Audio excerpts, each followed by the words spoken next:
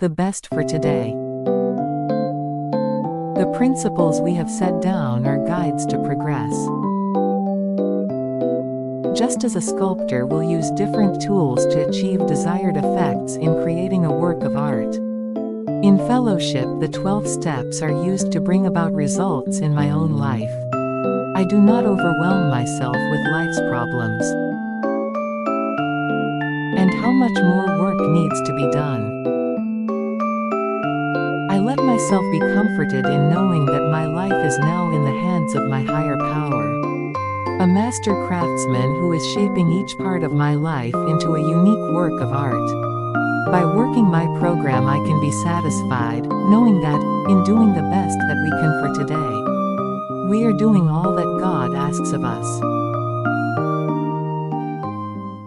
Most of us have spent far too much time feeling badly about who we are and what we have done. We may have been harshly criticized by others, or we may have simply lost perspective and become hard on ourselves. Today we have an opportunity to stop that kind of self-destructive thinking. Isn't it about time we allowed ourselves to feel good about ourselves? It takes time for old doubts to face and wounds to heal. Self-confidence comes slowly, but it grows with practice. We can begin by acknowledging that we do have positive qualities. For those of us who have negative, self-critical thoughts running through our heads all day long, we can make an extra effort to counteract them with positive thoughts. For every defect we identify, we can also try to name an asset. Some of us find it helpful to list 5 or 10 things about our day that we have a right to feel good about before we go to sleep. With practice, we learn to treat ourselves with gentleness and compassion. We all have many admirable qualities, and we owe it to ourselves to let them shine. Today I will make an effort to remember that I am a terrific human being. Before fellowship, when I made plans for things, I used to plan the results, too. If I was planning to go to a dance, I was sure it would be terrific. If I was studying for a test, I knew I'd pass with no trouble at AII. How could things go wrong with me at the controls? When my planned results flopped, feel miserable and resentful. I was a failure. Sometimes I even looked for someone else to blame. I still make plans today, but I'm learning to let go and let God. I do the groundwork and He takes care of the end results. Things have a way of working out a lot better that way. It's okay to make plans, but the results are out of my hands. When I try to fix the way things turn out, I may be asking to be let down. If I let go and leave the results up to my higher power, He too take care of things better than I ever could. The heart of true sobriety. We find that no one need have difficulty with the spirituality of the program. Willingness, honesty and open-mindedness are the essentials of recovery, but these are indispensable. Am I honest enough to accept myself as I am and let this be the me that I let others see? Do I have the willingness to go to any length, to do whatever is necessary to stay sober? Do I have the open-mindedness to hear what I have to hear, to think what I have to think, and to feel what I have to feel? If my answer to these questions is yes, I know enough about the spirituality of the program to stay sober. As I continue to work the 12 steps, I move on to the heart of true sobriety. Serenity with myself, with others, and with God as I understand Him. Experience the best teacher. Being still inexperienced, and having just made conscious contact with God, it is not probable that we are going to be inspired at all times. Some say that experience is the best teacher, but I believe that experience is the only teacher. I have been able to learn of God's love for me only by the experience of my dependence on that love. At first I could not be sure of His direction in my life, but now I see that if I am to be bold enough to ask for His guidance, I must act as if He has provided it. I frequently ask God to help me remember that He has a path for me. Experience the best teacher. Being still inexperienced and having just made conscious contact with God, it is not probable that we are going to be inspired at all times. Some say that experience is the best teacher. But I believe that experience is the only teacher I have been able to learn of God's love for me only by the experience of my dependence on that love. At first I could not be sure of His direction in my life. But now I see that if I am to be bold enough to ask for His guidance, I must act as if He has provided it.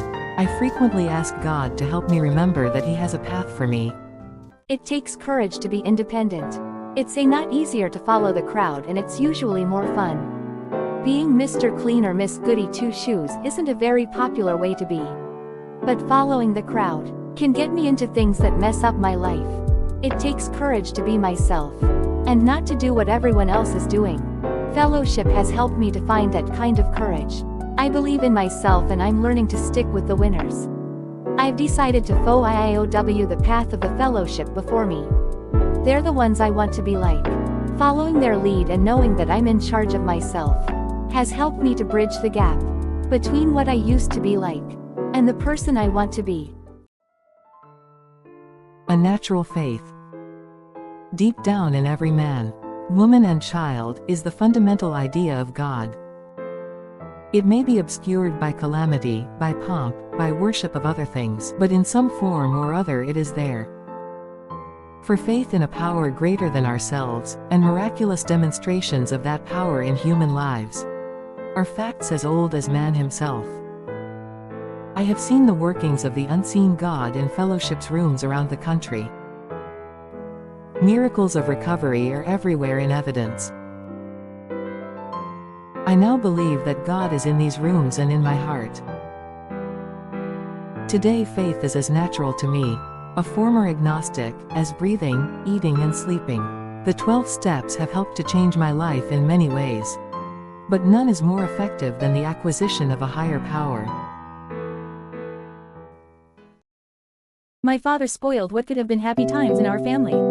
He wasted the money we needed for important things like food and clothes. He didn't show any interest in what I was doing. And when I really needed to talk to him, he wasn't there. The program helped me to understand that my father was suffering from a disease. That explained a lot of his behavior. But I still found it hard to forgive him for what he'd done. I wanted to get back at him and show him how much he'd hurt me. But nothing I did ever got through to him. It just left me feeling chewed up inside. In time I learned to be less critical of him. I tried to be more patient and understanding. With the help of the steps, I decided to let go of the past. It felt as if a big weight had been lifted off my shoulders. I was free to concentrate on working my program for myself. Sometimes I want to get even with the alcoholic for everything he's done to me. It feels good until I realize that I'm really only punishing myself. When I ease off and try to understand the alcoholic instead of condemning him, I feel a lot better, and it helps me keep my focus where it belongs, on my own recovery. A new direction. Our human resources, as marshaled by the will, were not sufficient. They failed utterly. Every day is a day when we must carry the vision of God's will into all our activities. I hear talk of the weak-willed person. But I am one of the strongest-willed people on earth. I now know that my incredible strength of will is not enough to save my life. My problem is not one of weakness, but rather of direction. When I, without falsely diminishing myself, accept my honest limitations and turn to God's guidance, my worst faults become my greatest assets. My strong will, rightly directed, keeps me working until the promises of the program become my daily reality. Identifying fear. The chief activator of our defects has been self-centered fear. When I feel uncomfortable, irritated, or depressed, I look for fear. This evil and corroding thread is the root of my distress. Fear of failure, fear of others' opinions, fear of harm, many other fears. I have found a higher power who does not want me to live in fear. And, as a result, the experience of fellowship in my life is freedom and joy. I am no longer willing to live with the multitude of character defects that characterized my life while I was drinking. Step 7 is my vehicle to freedom from these defects. I pray for help in identifying the fear underneath the defect, and then I ask God to relieve me of that fear. This method works for me without fail and is one of the great miracles of my life in fellowship. I used to have trouble with the slogan think. Some fellowships say it really helps them to think things through carefully before they start to do something important. It helped me, too. But it got to be a problem. I used to think so much that I'd never do anything else. I had to take everything apart and examine all the details, almost like I was looking at a bug under a microscope. By the time I thought about everything, I didn't have the energy left to do anything. Then I learned that taking so long to think about things was really just another form of procrastination. I started to use some of the other slogans to stop procrastinating. Easy does it and let go and let God help me to relax. Let go of my need to look at everything in such detail. And have the faith and courage to move ahead into action. Now I try to think carefully, but not so much that I forget about the doing. I have to think about things, but thinking too much can really hurt me. It's a way to keep from doing anything. Instead of spending all my time thinking about what to do, I'll try to stop procrastinating and put my thinking into action. An ever-growing freedom. The seventh step is where we make the change in our attitude which permits us, with humility as our guide, to move out from ourselves toward others and toward God. When I finally asked God to remove those things blocking me from Him in the sunlight of the Spirit, I embarked on a journey more glorious than I ever imagined. I experienced a freedom from those characteristics that had me wrapped up in myself. Because of this humbling step, I feel clean. I'm especially aware of this step because I'm now able to be useful to God and to my fellows. I know that He has granted me strength to do His bidding, and has prepared me for anyone, and anything, that comes my way today. I'm truly in His hands, and I give thanks for the joy that I can be useful today.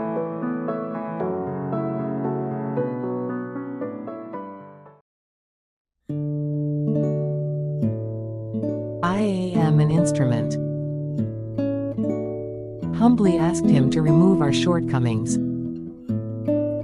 The subject of humility is a difficult one. Humility is not thinking less of myself than I ought to. It is acknowledging that I do certain things well. It is accepting a compliment graciously. God can only do for me what He can do through me. Humility is the result of knowing that God is the doer, not me. In the light of this awareness, how can I take pride in my accomplishments? I am an instrument, and any work I seem to be doing is being done by God through me. I ask God on a daily basis to remove my shortcomings, in order that I may more freely go about my fellowship's business of love and service. Surrender and self-examination. My stability came out of trying to give, not out of demanding that I receive. Thus I think it can work out with emotional sobriety. If we examine every disturbance we have, great or small, we will find at the root of it some unhealthy dependency and its consequent unhealthy demand. Let us, with God's help, continually surrender these hobbling demands. We may then be able to 12th step ourselves and others into emotional sobriety. Years of dependency on alcohol as a chemical mood changer deprived me of the capability to interact emotionally with my fellows.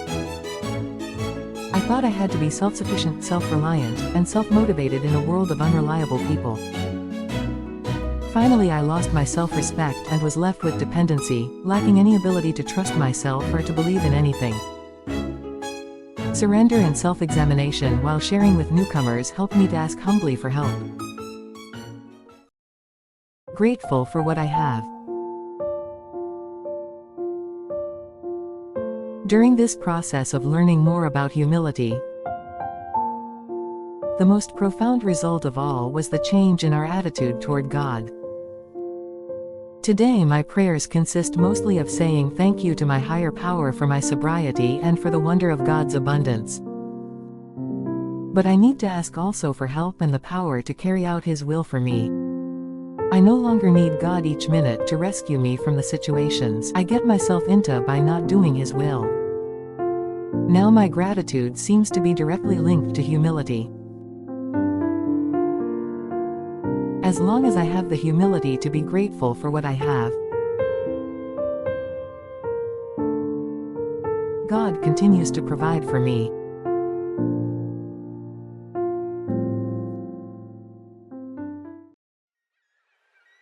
A priceless gift. By this time, in all probability, we have gained some measure of release from our more devastating handicaps. We enjoy moments in which there is something like real peace of mind. To those of us who have hitherto known only excitement, depression, or anxiety, in other words. To all of us, this newfound peace is a priceless gift. I am learning to let go and let God. To have a mind that is open and a heart that is willing to receive God's grace in all my affairs. In this way I can experience the peace and freedom that come as a result of surrender. It has been proven that an act of surrender, originating in desperation and defeat, can grow into an ongoing act of faith. And that faith means freedom and victory. The good and the bad. My Creator, I am now willing that you should have all of me, good and bad. The joy of life is in the giving. Being freed of my shortcomings, that I may more freely be of service, allows humility to grow in me. My shortcomings can be humbly placed in God's loving care and be removed. The essence of step 7 is humility. And what better way to seek humility than by giving all of myself, good and bad, to God, so that He may remove the bad and return to me the good.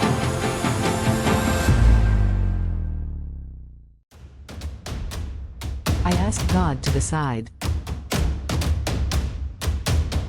I pray that you now remove from me every single defect of character, which stands in the way of my usefulness to you and my fellows. Having admitted my powerlessness and made a decision to turn my will and my life over to the care of God, as I understand Him, I don't decide which defects get removed,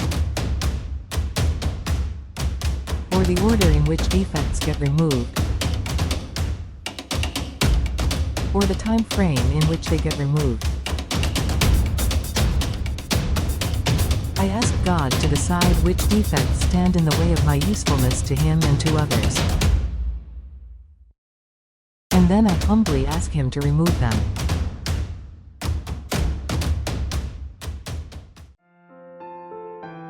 Those who still suffer.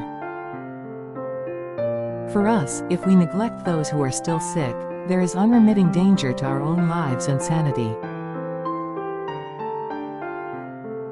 I know the torment of drinking compulsively to quiet my nerves and my fears. I also know the pain of white-knuckled sobriety. Today, I do not forget the unknown person who suffers quietly, withdrawn and hiding in the desperate relief of drinking. I ask my higher power to give me His guidance and the courage to be willing to be His instrument, to carry within me compassion and unselfish actions. Let the group continue to give me the strength to do with others what I cannot do alone.